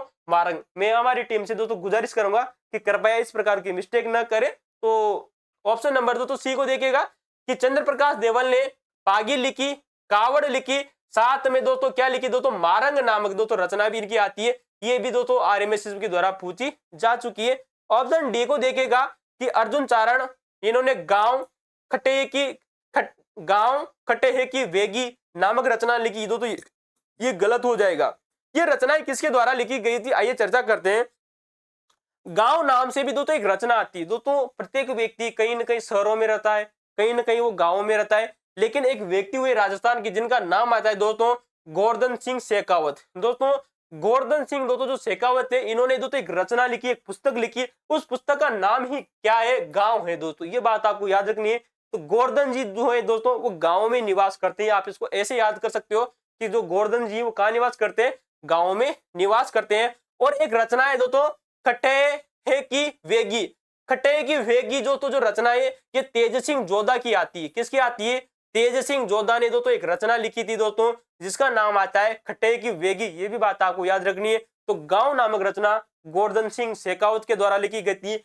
खटे की दोस्तों जो वेगी नामक दोस्तों जो रचना आती है वो तेज सिंह जोधा के द्वारा लिखी गई थी। किसके द्वारा, तेज सिंह जोधा के द्वारा दोस्तों ये रचना लिखी गई थी, ये बात आपको याद रखनी है दोस्तों। ठीक है, अगला अब यहाँ पर बात हुई दोस्तों कि गांव नामक रचना गोवर्धन सिंह शेखावत की हो गई, खटे की वेगी तेज सिंह की हो गई। फिर क्या अर्जुन चारण की दोस्तों क्या कवि कोई एक ग्रंथ है, बिल्कुल हाँ दोस्तों, अर्जुन देव चारण ने एक ग्रंथ लिखा था जिसका नाम है दोस्तों रिंद रोही। ये दोस्तों आप लोगों के सामने दोस्तों कि रिंद रोही नामक दोस्तों जो रचना आती है वो इसी अर्जुन देव चारण की आती है, ये बात आपको याद रखनी है। तो रिंद रोही किसने लिखी थी, अर्जुन देव चारण ने। आइए दोस्तों अगले प्रश्न की चर्चा करते हैं, बहुत ही खतरनाक प्रश्न आप लोगों के सामने जो आप लोगों ने देखे होंगे अक्सर एग्जामों में। पहला प्रश्न है कि पारस अरोड़ा, एक दोस्तों राजस्थान के लेखक होते हैं पारस अरोड़ा, और एक आते दोस्तों मालचंद तिवारी की प्रमुख कृतियां, कृतियों का मतलब हो जाएगा दोस्तों पुस्तकें। ठीक है, तो पुस्तकों के संबंध में गलत कथन को आप लोगों को चर्चा करना है। 3 कथन दोस्तों यहाँ पर सही हो जाएंगे, चौथा दोस्तों जो कथन है वो गलत होगा, वो कौन सा है आइए चर्चा करते हैं। पारस अरोड़ा की एक प्रसिद्ध रचना का नाम आता है दोस्तों जुड़ाव। दोस्तों पारस जो अरोड़ा थे उन्होंने एक दोस्तों ग्रंथ लिखा, एक पुस्तक लिखी जिसका नाम है दोस्तों जुड़ाव। क्या नाम है, जुड़ाव। अब आप इसको याद रखने की एक ट्रिक है कि आप लोगों ने जब भी सुना होगा कि जो पारस पत्थर होता है ना, अगर उसे किसी से दोस्तों टच कर दिया जाता है तो कहा जाता है वो अपने आप को एक प्रकार से दोस्तों समाहित कर लेता है। वो पारस जो पत्थर होता है वो किसी भी चीज को सोने में, चांदी में, प्लेटिनियम में, गोल्ड में बदल देता है। तो ये पारस पत्थर आप वही जोड़ लीजिए कि पारस अरोड़ा की के द्वारा क्या लिखा, जो तो एक रचना लिखी जिसका नाम है दोस्तों जुड़ाव। ठीक है, इंपोर्टेंट है, आपको याद हो जाएगा। ये ऑप्शन दोस्तों बिल्कुल सही है। अगला ऑप्शन देखेगा कि मालचंद तिवारी ने उतरियो है आबो। दोस्तों ये आबो है, फिर हमारी टीम ने दोस्तों गलती कर दी इस प्रिंट में, ये आप भी नहीं है दोस्तों, इसका नाम है आबी। ठीक है, यहाँ पर मैं आबो कर देता हूं। ठीक है, उतरियो है आबो नामक काव्य ग्रंथ की रचना की, ये भी बात चाहिए दोस्तों कि उतरियो है आबो। ठीक है दोस्तों, तो क्या उतरियो दोस्तों, माल उतरियो है। ठीक है दोस्तों, आप इसको ऐसे याद रखना, क्या उतरा है, ऊपर से माल उतरियो है। ठीक है दोस्तों, कहते ना कि किसी भी गाड़ी में सामान रखा हुआ है, ट्रक में सामान रखा हुआ है, तो उसको क्या करना है, उतारना है, तो उतरियो है क्या, माल। ठीक है दोस्तों, तो मालचंद तिवारी ने क्या लिखा दोस्तों, उतरियो है आबो नामक काव्य कृति की रचना की, ये बात बिल्कुल सही है। अगली रचना आती है कि ये रचनाएं राजस्थानी साहित्य को आधुनिक दौर में नए ऊंचाइयां प्रदान करती है। दोनों व्यक्ति जो है दोस्तों पारस अरोड़ा और मालचंद तिवारी की जो रचनाएं दोस्तों ये आधुनिक राजस्थानी साहित्य में, आधुनिकता के दौर में जो राजस्थानी साहित्य उसको कई ऊंचाइयों प्रदान करते हैं, ये बात आपको याद रखनी है। जुड़ाव, मैंने आप लोगों से कहा कि ये पारस अरोड़ा की पुस्तक आती है। सोजती गेट, मैंने आप लोगों से कहा था दोस्तों की जो सोजती जो गेट नामक रचना है ये मणि मधुकर की रचना आती है। इससे पहले वाले हमने प्रश्न में चर्चा की, दोनों रचनाएं मालचंद तिवारी द्वारा लिखी गई। ये भाई साहब गलत कर दिया टीम गलत, टीम के बंदे गलत है भाई, मैं कुछ नहीं कर रहा है, ठीक है। तो ऑप्शन नंबर 2 तो डी गलत हो जाएगा। क्यों गलत हो जाएगा? क्योंकि जो जुड़ाव नामक रचना है यह पारस अरोड़ा के द्वारा लिखी गई थी। सोजती दो तो जो गेट है ये किसके द्वारा लिखी गई थी दोस्तों? मणि मधुकर के द्वारा, ठीक है दोस्तों। ये मणि मधुकर की रचना आती है, मणि मधुकर की, ये भी बात आपको याद रखनी है। जबकि मालचंद तिवारी ने क्या रचना लिखी थी दोस्तों? उतरियो है आबू की, उतरियो है आबू, ठीक है। ऑप्शन नंबर डी गलत हो जाएगा। क्यों गलत हो जाएगा? हमने चर्चा कर ली। जुड़ाव पारस अरोड़ा की रचना है, सोजती गेट मणि मधुकर की रचना आती है। मणि मधुकर की एक और रचना हमने आप लोगों को बताई थी, पग फेरो, ठीक है, पग फेरो, ये भी बात आपको याद रखनी है, इंपोर्टेंट प्रश्न है। चलिए दोस्तों अगला प्रश्न है कि राजस्थानी भाषा और साहित्य के प्रचार और प्रसार में सहायक रही पत्रिकाओं। इससे पहले भी दोस्तों हम पत्रिकाओं के बारे में चर्चा कर चुके थे कि राजस्थानी भाषा की जो कुछ पत्रिकाएं थी दोस्तों, चामल, इसरलाट, राजस्थली, ठीक है दोस्तों, जलंभूम। एक बार फिर वही क्वेश्चन आप लोगों के सामने, राजस्थानी भाषा की साहित्य और के प्रचार प्रसार में जो पत्रिकाएं रही इनके संबंध में कौन सा कथन असत्य कथनों का आप लोगों को करना है। 3 कथन सही है, चौथा गलत है। आइए दोस्तों कौन सा गलत है उसकी चर्चा कर लेते हैं। नंबर 1 आती है दोस्तों मरुवाणी। मरुवाणी नाम से भी राजस्थान में एक पत्रिका आती है दोस्तों, पहले भी चर्चा की। जालम भोम, जानकारी, भाई साहब ये नई वाली पत्रिका गई, पहले भी हमने आप लोगों से ये पत्रिकाओं के बारे में पहले भी चर्चा की। जानकारी, भाई साहब तने कई जानकारी है कि राजस्थान में कई प्रकार की दोस्तों शब्द आप लोगों से पता कि भाई आतने की कई जानकारी है कि बतने मन, तो इस प्रकार के जो जानकारी शब्द है वो भी राजस्थान की दोस्तों एक प्रकार की दोस्तों पत्रिका आती है। ये बात आपको याद रखनी है, साहित्यिक पत्रिका है। ऑप्शन 1 बिल्कुल सही है। ओळमो, भाई साहब मैं पहले भी कह चुका हूं कि ओळमो, मैंने तो तारी ओळमो आवे रे, मैंने तारी याद आवे रे, प्रीतम अब तो आ जा रे परदेसी बाबू घर ने। तो ओळमो नाम से भी राजस्थान में एक साहित्यिक पत्रिका है। लाडेसर, भाई साहब लाडेसर के नाम से भी राजस्थान में एक पत्रिका है। हरायल, हरायल नाम के से भी दोस्तों एक अनेक कवि साहित्य जगत में जो सामने आई है राजस्थानी पत्रिकाएं, ये भी पत्रिकाएं दोस्तों। राजस्थली की मैं चर्चा कर चुका हूं, इसरलाट की मैं चर्चा करता हूं। राजस्थानी एक हेलो, भाई साहब राजस्थानी भाषा में एक हेलो देना, हेलो देना होगा ना, ए भाया अट्ठे आ रहे अट्ठे, तो ये एक प्रकार से क्या है, ये भी एक प्रकार से राजस्थानी भाषा की पत्रिका है दोस्तों।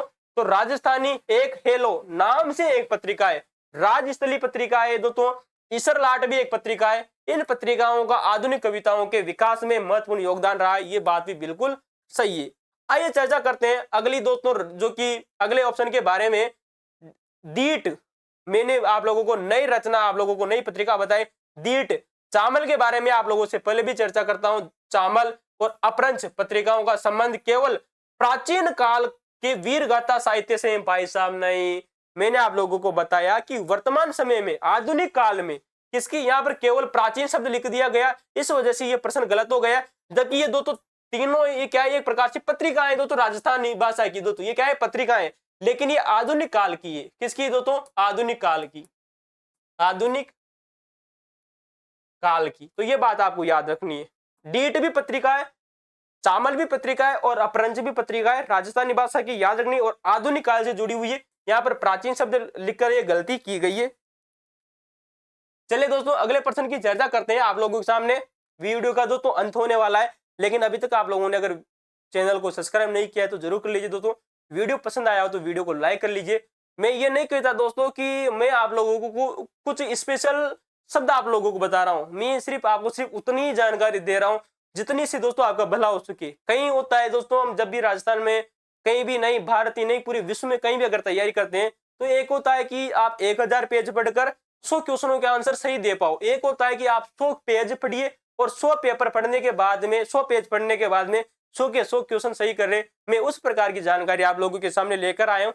कोई ज्यादा जानकारी नहीं है दोस्तों, 45 क्वेश्चन है, ज्यादा से ज्यादा 4 से 5-6 पेज इसमें भरते हैं, लेकिन हर एग्जाम में कहीं ना कहीं क्वेश्चन यहाँ से जरूर पूछा जाता है, ये बात आपको याद रखनी है। चलिए दोस्तों मैं अपनी बात को यही समाप्त करते अगले प्रश्न की ओर बढ़ता हूँ। प्रश्न आप लोगों के सामने है कि राजस्थानी गद्य के विकास और प्रमुख कथाकारों के संबंध में कौन सा कथन असत्य है, वो आप लोगों को बताना है।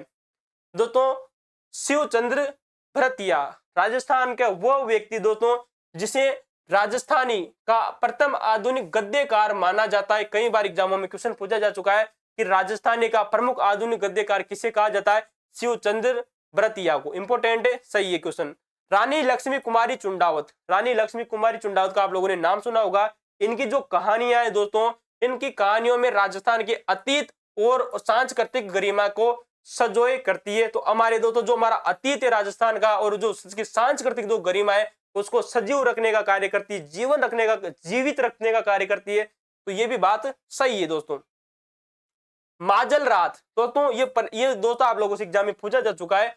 माजल रात, अमोलक वाता, मूमल आदि रानी लक्ष्मी कुमारी चुंडावत की प्रसिद्ध कृतियां आती है, इनकी पुस्तकें आती है। ये भी बात सही है। माजल रात का मतलब होता है दोस्तों जो बरसात के समय में दोस्तों जो कड़कड़ाहट दोस्तों जो बिजलियां होती है वो चमकती रहती है और उस समय की जो रात होती है उसे माजल रात कहता है। उसके ऊपर लक्ष्मी कुमारी चुंडावत ने एक रचना लिखी। आमोलक बाता, जो अनमोल बातें होती है उनके ऊपर लिखी। मूमल नाम से दोस्तों एक प्रकार से दोस्तों इन्होंने दोस्तों पुस्तक लिखी है। दोस्तों मूमल नाम से दोस्तों पत्रिका भी आती है और इनकी दोस्तों लक्ष्मी कुमारी चुंडावत की जो पुस्तक है उसका नाम भी क्या है? मूमल है। ये भी बात आपको याद रखनी है। केरे चकवा बात, विजय दान देता द्वारा रचित एक ऐतिहासिक उपन्यास है। भाई साहब ये गलत बात हो जाएगा क्योंकि दोस्तों जो केरे चकवा बात है ना भाई साहब, ये लक्ष्मी कुमारी जो चुंडावती इसकी एक पुस्तक आती है। क्या आती है दोस्तों? इसकी एक बुक आती है। क्या है? बुक है केरे चकवा बात। विजय दान देता की नहीं दोस्तों, विजय दान देता के बारे में हम इससे पहले राजस्थान के जब प्रमुख व्यक्तित्व टॉपिक हमने आप लोगों को से किया था तब हमने उसके सेकंड पार्ट में आप लोगों से विजय दान देता के बारे में चर्चाएं कर चुके थे। ये बात आपको याद रखनी है। तो विजय दान देता ऑप्शन नंबर 2 तो जो डी है वो गलत हो जाएगा। क्यों होगा? क्योंकि केरे चकवा बात लक्ष्मी कुमारी चुंडावत की रचना आती है।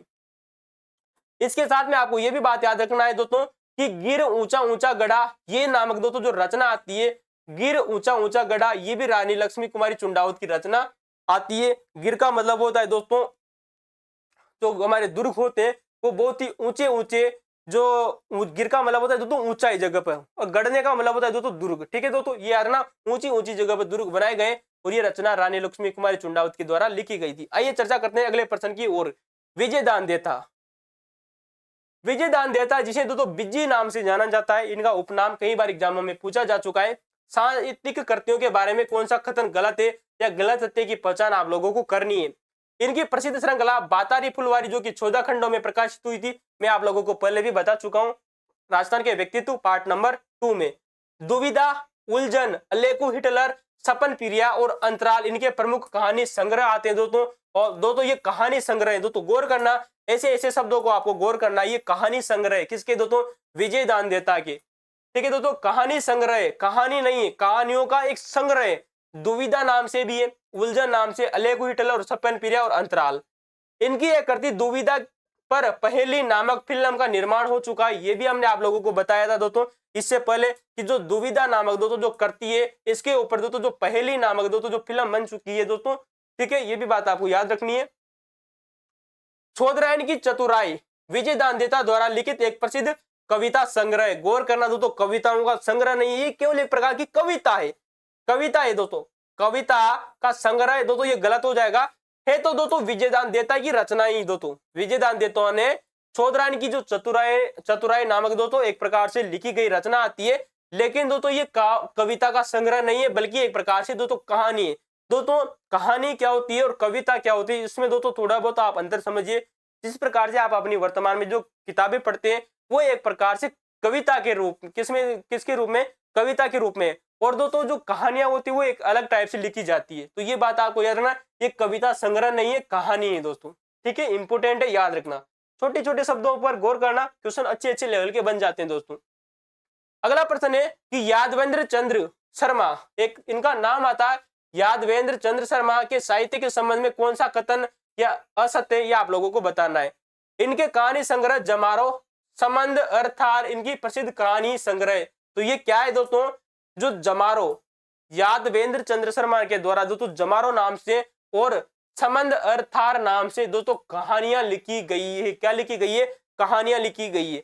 अगला ऑप्शन देखिएगा, ये बात बिल्कुल सही आती है दोस्तों, ये याद रखना।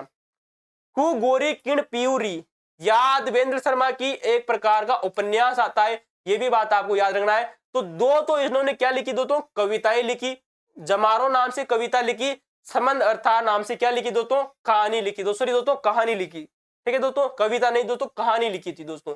जबकि हु गोरे किण प्यूरी यादवेंद्र शर्मा के द्वारा लिखा गया एक प्रसिद्ध उपन्यास आता है, जो कि एग्जामों में कई बार पूछा गया है। जोग संजोग और चांद शेटानी इनके द्वारा रचित एक प्रकार का दोस्तों कहानी संग्रह है। दोस्तों ये गलत हो जाएगा, ये कहानी संग्रह नहीं है दोस्तों। ऑप्शन नंबर दोस्तों जो सी है वो क्यों गलत हो जाएगा, जोग संजोग और चांद शेटानी दोस्तों यादवेंद्र शर्मा की क्या है दोस्तों, ये कहानी संग्रह नहीं है, बल्कि ये क्या है, एक प्रकार से दोस्तों उपन्यास है। क्या है दोस्तों, उपन्यास है। ये बात आपको याद रखना। कहानी संग्रह सिर्फ दो ही है, जमारो और समंद अर्थार। इन्होंने राजस्थानी और हिंदी दोनों भाषाओं में कथा साहित्य की रचना की, ये भी बात बिल्कुल सही है दोस्तों। तो तीसरा ऑप्शन गलत हो जाएगा। जोग संजोग भी किसने लिखा दोस्तों, उपन्यास आता है, यादवेंद्र चंद्र शर्मा के द्वारा लिखा गया। चांद और शेटानी, चांदा और शेटानी नामक जो उपन्यास है ये भी इनके द्वारा लिखा गया था, लेकिन ये कविता संग्रह न होकर एक प्रकार से उपन्यास है। और हु गोरी किण प्यूरी ये भी इन्हीं का उपन्यास देखने को मिलता है। आइए चलते हैं दोस्तों अगले प्रश्न की ओर। नतमल जोशी की रचनाओं के विषय में कौन सा कथन गलत है, ये आप लोगों को बताना है। दोस्तों लगभग मैं यूं कर सकता हूं कि इस बंदे को दोस्तों RMSSB के द्वारा 2025 में खूब ट्रेंडिंग में लाया गया, और इसकी जो रचना है ना, इनको बार बार एग्जामों में पूछा गया 2025 में। यूं मानिए दोस्तों कि ऐसा कोई एग्जाम ना हो जब इस बंदे का नाम नहीं आया हो एग्जाम में। तो आइए चर्चा करते हैं नतमल जोशी के बारे में। एक बार फिर मैं इसको 100% लगा देता हूं, एग्जाम में क्वेश्चन बनेगा। परण्योडी कंवारी, भाई साहब एक दोस्तों नतमल जोशी की एक प्रसिद्ध कहानी संग्रह आता है दोस्तों, परण्योडी कंवारी, ये एकदम सही है, बात आती है। आबे पटकी और धोरा रिधोरी, मैंने आप लोगों से कहा था दोस्तों, धोरा रिधोरी इनके द्वारा रचित एक प्रमुख उपन्यास आता है, ये भी बात बिल्कुल सही है दोस्तों। ठीक है दोस्तों, तो एक बींदनी दो बींद नतमल जोशी की एक अत्यंत लोकप्रिय काव्य रचना आती है। भाई साहब ये गलत हो जाएगा, काव्य की रचना नहीं है, ये क्या है, ये भी उपन्यास है। ठीक है दोस्तों, ऐसे शब्दों पर गौर करना है दोस्तों, छोटे छोटे शब्द है, इनके ऊपर आप लोगों को गौर करना है, क्योंकि आने वाले समय में RPSC और RMSSB के द्वारा इसी प्रकार के प्रश्न बनाए जाएंगे। प्रश्न दिखने में बहुत ही सरल होंगे, लेकिन दोस्तों जब आप उनके प्रश्नों का लेवल देखोगे तो बहुत ही कठिन लेवल के हो जाएंगे। तो एक बींदनी और दो बींद कहने का मतलब है कि दोस्तों एक महिला है और उसके दो पति है। ये जो नामक रचना है ये नतमल जोशी की लिखी गई है, लेकिन ये कविता नहीं है, एक प्रकार से दोस्तों उपन्यास लिखा है दोस्तों। और आबे पटकी और धोरारी धोरी ये भी किसका जो उपन्यास है, किसका है, नतमल जोशी का उपन्यास देखने को मिलता है। ठीक है दोस्तों, तो ऑप्शन नंबर दोस्तों जो सी है वो गलत हो जाएगा। क्यों गलत हो जाएगा, क्योंकि ये उपन्यास है, नतमल जोशी है तो नतमल जोशी का है, लेकिन उपन्यास है। नतमल जोशी ने राजस्थानी उपन्यास विधा को समृद्ध करने की एक महत्वपूर्ण योगदान दिया, ये बात भी बिल्कुल सही है। अब दोस्तों यहाँ पर मैं बात कर लेता हूं एक बार दोस्तों धोरारी धोरी। ठीक है दोस्तों, मैंने आप लोगों से इससे पहले कहा था दोस्तों कि एक शब्द आता है दोस्तों धरती धोरारी। क्या नाम आता है दोस्तों, धरती धोरारी। धरती दोस्तों जो धोरारी नामक दोस्तों जो रचना आती है ये कन्हैया लाल सेठिया की आती है। किसकी आती है दोस्तों, कन्हैया लाल सेठिया की आती है। किसकी आती है, कन्हैया लाल सेठिया की। तो कन्हैया लाल सेठिया ने धरती धोरारी नामक रचना लिखी। वहीं धोरा रो धोरी नामक जो उपन्यास लिखा गया है वो नतमल जोशी के द्वारा लिखा गया है। मैंने आप लोगों से थोड़ी देर पहले आप लोगों से चर्चा की, याद रखना इंपोर्टेंट है। एक बींदनी दो बींद, परण्योडी कंवारी, आबा पटके। राजस्थानी की हिंदी साहित्य की पत्रिकाओं, भाई साहब एक बार फिर राजस्थानी साहित्य की जो पत्रिकाएं वो आप लोगों के सामने, इससे पहले भी मैं आप लोगों से चर्चा कर चुका हूं। दीट हो गई, चामल हो गई दोस्तों, इसर लाट हो गई, राजस्थानी एक हेलो, ये कई राजस्थानी पत्रिकाएं रही। उनमें दोस्तों अगली प्रमुख पत्रिकाएं और उनके संपादक, इस बार दोस्तों पत्रिकाएं दी गई है आप लोगों को और उनके संपादक दिए गए, साथ में उनके स्थान भी आप लोगों को दिए गए। कौन सा जोड़ा असत्य है वो आप लोगों को दोस्तों यहाँ पर छांटना है। दोस्तों ऑप्शन एक वातायन, दोस्तों यहाँ पर दोस्तों जो पहला नाम है ये दोस्तों ये पत्रिका का नाम है। किसका है दोस्तों, पत्रिका का नाम है, पत्रिका। ठीक है दोस्तों, ये पत्रिका का नाम है और ये दोस्तों जिला है जहां से प्रकाशित होती थी। और इधर आते हैं भाई साहब लेखक, कौन आते हैं दोस्तों, लेखक, या इसे दोस्तों हम कह सकते हैं दोस्तों संपादक। ठीक है दोस्तों, संपादक। ठीक है, इंपोर्टेंट है।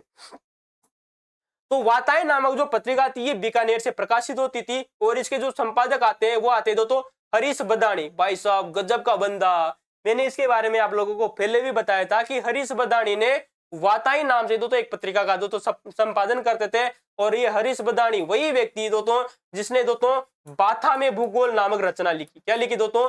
बाथा में भूगोल नामक रचना किसके लिखी द्वारा? ये लिखी गई थी दोस्तों हरीश बदाणी के द्वारा। इनके द्वारा एक और रचना लिखी गई थी दोस्तों, वो आती है दोस्तों बोले सरनाटो। क्या आता है दोस्तों? बोले सरनाटो। तो ये रचना भी इन्हीं की आती है दोस्तों। ठीक है दोस्तों, तो हरीश बदाणी की जो पत्रिका है वो वातायन है, जो कि बीकानेर से प्रकाशित होती थी। संपादक है हरीश बदाणी, ये बात बिल्कुल सही है। अगली पत्रिका आती है जिसका नाम है भाई साहब लहर। भाई साहब आप लोगों ने नाम सुना होगा लहर का, जो कि अजमेर से प्रकाशित होती थी एक पत्रिका, जो कि प्रकाश जैन इसको प्रकाशित करते थे। मतलब प्रकाश में ही कौन लेकर आए भाई साहब? लहर को कौन लेकर आए? जो लहर है वो प्रकाश में आए अजमेर से। ये बात आपको याद रखनी है। ठीक है, इंपोर्टेंट है। ऑप्शन नंबर बी भी सही हो जाएगा। संबोधन नामक दोस्तों जो पत्रिका थी ये कांगरोली राजसमंद से प्रकाशित होती थी दोस्तों, और कंवर मेवाड़ी के द्वारा दोस्तों ये प्रकाशित की जाती थी। ये आपको याद रख लेना दोस्तों। तो कंवर मेवाड़ी ने दोस्तों कांगरोली राजसमंद से संबोधन नामक दोस्तों पत्रिका दोस्तों निकाला करते थे। ये भी बात आपको याद रखनी, इंपोर्टेंट सही है। और नामक दोस्तों जो पत्रिका आती है ये भरतपुर से नलिनी उपाध्याय के द्वारा नहीं निकाली जाती थी। ये ऑप्शन दोस्तों गलत हो जाएगा। डी ऑप्शन दोस्तों क्यों गलत हो जाएगा? क्योंकि जो और नामक दोस्तों जो पत्रिका आती है दोस्तों, इसके जो संपादक है वो नलिनी उपाध्याय नहीं है, बल्कि कौन है? भरतपुर से तो निकाली जाती थी दोस्तों और पत्रिका, लेकिन उसके दोस्तों जो संपादक आते हैं वो आते हैं दोस्तों विजेंद्र। कौन आते हैं? विजेंद्र नाम के दोस्तों एक व्यक्ति आते हैं दोस्तों राजस्थान में, वो इस पत्रिका का संपादन करते थे। जबकि दोस्तों मैं बात करूं दोस्तों नलिनी उपाध्याय की, नलिनी उपाध्याय ने मधु माधवी नाम से दोस्तों एक पत्रिका का संपादन करते थे। किसका दोस्तों? मधु माधवी। ये बात आपको याद रखनी है दोस्तों। तो मधु माधवी नाम से दोस्तों जो पत्रिका का संपादन करते थे वो नलिनी उपाध्याय है। जबकि और नामक जो पत्रिका थी भरतपुर से जो प्रकाशित होती थी वो विजेंद्र नामक व्यक्ति के द्वारा इसका संपादन किया जाता था। आइए दोस्तों चर्चा करते हैं अगले प्रश्न की ओर। प्रश्न है कि राजस्थानी साहित्यिक पत्रिका, एक बार फिर दोस्तों पत्रिकाओं का क्वेश्चन है दोस्तों, बहुत ही जबरदस्त क्वेश्चन है। और उनके केंद्रों के संबंध में कौन सा कथन गलत है? कि दोस्तों वो केंद्र जहां से ये पत्रिकाएं प्रकाशित होती थी। आइए चर्चा कर लेते हैं। कविता नामक एक पत्रिका, भाई साहब एक कविता नाम की पत्रिका है। मैंने इससे पहले भी आप लोगों से कहा कि राजस्थानी एक हेलो, राजस्थली, इसरलाट, दीट, जमारो, जानकारी, कितनी प्रकार की पत्रिकाएं दोस्तों, उसी प्रकार की एक पत्रिका का नाम आता है कविता। भाई साहब इसे कविता समझकर कविता मत समझ लेना कि कोई कविता है, नहीं, इसका नाम है भाई साहब पत्रिका का, जो कि पत्रिका थी जो कि दोस्तों अलवर से प्रकाशित होती थी। भाई साहब कहां से प्रकाशित होती थी दोस्तों? अलवर से प्रकाशित होती थी। और इसका जो संपादक करने का कार्य क्या था? भागीरथ भार्गव के द्वारा। गजब का प्रश्न है दोस्तों कि भागीरथ भार्गव के द्वारा अलवर से दोस्तों एक पत्रिका का संपादन करते हैं जिसका नाम है दोस्तों कविता। ठीक है दोस्तों, ऑप्शन नंबर 1 बिल्कुल सही है। आइए चर्चा करते हैं अगले प्रश्न की ओर कि बिंदु पत्रिका का प्रकाशन उदयपुर से किया जाता था। भाई साहब गजब का प्रश्न है कि बिंदु, एक छोटा सा दोस्तों जो बिंदु होता है, ये जो मैंने टिपकी लगाई ना भाई साहब, ये टिपकी, इसे दोस्तों बिंदु कहा जाता है। क्या कहते हैं दोस्तों? तो ये बिंदु नाम की जो पत्रिका थी ना दोस्तों, ये कहां से प्रकाशित होती थी? उदयपुर से प्रकाशित होती थी। ये बात आपको याद रखनी है। गजब का प्रश्न है, इंपोर्टेंट प्रश्न है, बन सकता है भाई साहब 100%। आने वाले भविष्य में 100% बनेगा। स्टाम्प पे लगाकर लिख लीजिए यहां से।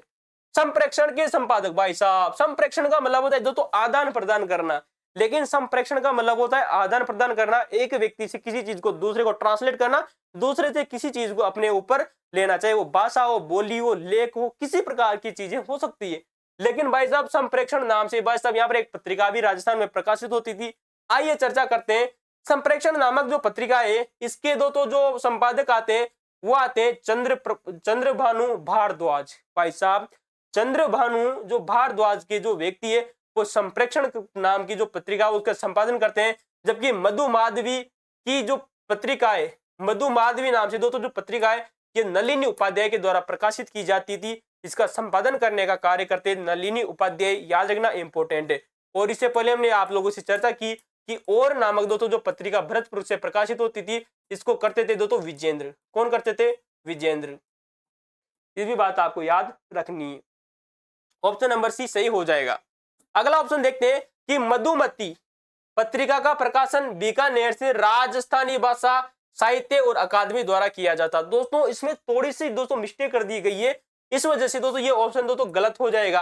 क्यों गलत हो जाएगा हम इसकी आप लोगों से चर्चा कर लेते हैं कि दोस्तों जो मधुमती नामक दोस्तों जो पत्रिका आती है, ये बीकानेर की राजस्थानी भाषा साहित्य अकादमी, दोस्तों आप लोगों को बताए जो राजस्थानी भाषा साहित्य अकादमी है ना, राजस्थानी दोस्तों जो साहित्य अकादमी वो दोस्तों उदयपुर के द्वारा प्रकाशित की जाती थी। ये आप दोस्तों देखिए बीकानेर के द्वारा नहीं, इस वजह से ऑप्शन गलत हो गया है, क्योंकि मधुमती राजस्थान साहित्य जो अकादमी है जो कि उदयपुर में स्थित है, इसकी एक पत्रिका आती है। ठीक है दोस्तों, जबकि मैं आप लोगों से बात करूं कि जो बीकानेर की दोस्तों जो अकादमी है उसका नाम है, उसकी जो पत्रिका आती है वो आती है दोस्तों जागती ज्योत। ठीक है, ये बात आपको याद रखनी है। तो उदयपुर की दोस्तों जो संस्था है जिसका नाम है राजस्थानी साहित्य अकादमी, इसकी एक पत्रिका आती है दोस्तों मधुमती, और बीकानेर की जो राजस्थानी भाषा साहित्य अकादमी आती है उसकी जो पत्रिका आती है वो आती है दोस्तों जागती ज्योत। ये बात आपको याद रखनी, इंपोर्टेंट प्रश्न है। और आज का हमारा दोस्तों लगभग आखिरी प्रश्न आप लोगों के सामने है, लेकिन दोस्तों आखिरी प्रश्न आने से पहले दोस्तों मैं आप लोगों को बता दूं कि इससे पहले अगर आप लोगों ने हमारे राजस्थान के व्यक्तित्व से संबंधित अगर आप लोगों ने टॉपिक जाकर नहीं देखा है तो उसे जाकर जरूर देखें। इसी प्रकार के बेहतरीन प्रश्न हम आप लोगों के सामने लेकर आए थे, और इसके बाद में हम ये श्रृंखला दोस्तों लगातार जारी रखेंगे जब तक हमारे पूरे टॉपिक कंप्लीट नहीं हो जाते राजस्थान के। चाहे आप किसी भी प्रकार की तैयारी कर रहे हो, first grade, second grade, REET exam, lab assistant, SI की भर्ती हो गई दोस्तों, महिला सुपरवाइजर की भर्ती हो गई, जेबीएनएल की भर्ती हो गई दोस्तों, एलडीसी जे के अलावा पटवारी भर्ती, ग्राम सेवक की भर्ती, आरएस प्री, एसआई दोस्तों, कई भर्तियों में दोस्तों ये दोस्तों जो क्वेश्चन है वो हूबहू दोस्तों देखने को मिलेंगे। चलिए आज का हमारा आखिरी प्रश्न आप लोगों के सामने है कि राजस्थानी भाषा की विशिष्ट पत्रिकाओं के बारे में कौन सा कथन असत्य है वो आप लोगों को बताना है। जागती ज्योत की बात करें तो मैं आप लोगों से चर्चा कर चुका हूं कि राजस्थानी भाषा और साहित्य एवं संस्कृति जो अकादमी है दोस्तों बीकानेर में, इसकी एक पत्रिका आती है, एकदम बात सही है। हरावल नामक पत्रिका का प्रकाशन दोस्तों सत्य प्रकाश जोशी के द्वारा किया जाता था। ये सत्य प्रकाश जोशी वही व्यक्ति दोस्तों जिन्होंने सन 1960 में राधा नाम से दोस्तों एक पत्रिका लिखी थी। क्या लिखी थी दोस्तों? राधा नाम से एक पत्रिका लिखने का कार्य करते हैं। सॉरी, पत्रिका नहीं दोस्तों, ये पुस्तक लिखी थी इन्होंने। क्या लिखी थी दोस्तों? पुस्तक लिखी थी। ठीक है, और इसी सत्य प्रकाश जोशी की एक दोस्तों पत्रिका का नाम भी आता है जिसका नाम है हरावल। ठीक है, हरावल का मतलब होता है दोस्तों अग्रभाग। ठीक है, ये भी बात आपको याद रखना है। ओलियो नाम की पत्रिका का संपादन कवि चंद्र सिंह के द्वारा किया जाता था। दोस्तों ये बात गलत हो जाएगी, क्योंकि दोस्तों जो ओलियो नाम की दोस्तों जो पत्रिका आती है, इसके दोस्तों जो संपादक आते हैं उसका नाम आता है दोस्तों किशोर कांत। क्या नाम आता है दोस्तों? किशोर कल्पना कांत। तो किशोर कल्पना कांत के द्वारा दोस्तों ये जो ओलियो नाम की पत्रिका थी इसका संपादन किया जाता है, चंद्र सिंह के द्वारा नहीं किया जाता था। याद रखना, इंपोर्टेंट है। जबकि दोस्तों जो चंद्र सिंह की भी मैं आप लोगों से चर्चा करूंगा, तो ऑप्शन नंबर जो सी है वो गलत हो जाएगा। मरुवाणी पत्रिका का स्थापना कवि चंद्र सिंह के द्वारा की गई थी। तो ये बात ऑप्शन दोस्तों सही हो जाएगा, क्योंकि जो कवि चंद्र सिंह आते हैं इन्होंने मरुवाणी नाम से भी दोस्तों एक पत्रिका का संपादन किया था। तो दोस्तों आज के लिए दोस्तों इतना ही। अगर आपको वीडियो अच्छा लगा हो तो वीडियो को आप लाइक कर सकते हो, शेयर कर सकते हो, सब्सक्राइब तो कर ही लीजिए अगर आपको चैनल पसंद आया हो तो आज के लिए दोस्तों इतना ही। हम आगे भी इसी प्रकार से राजस्थान जीके के दोस्तों एमसीक्यू आप लोगों के लिए लेकर आते रहेंगे। प्रश्न अच्छे लगे हो तो दोस्तों जरूर बताइएगा कमेंट में। थैंक यू दोस्तों, धन्यवाद।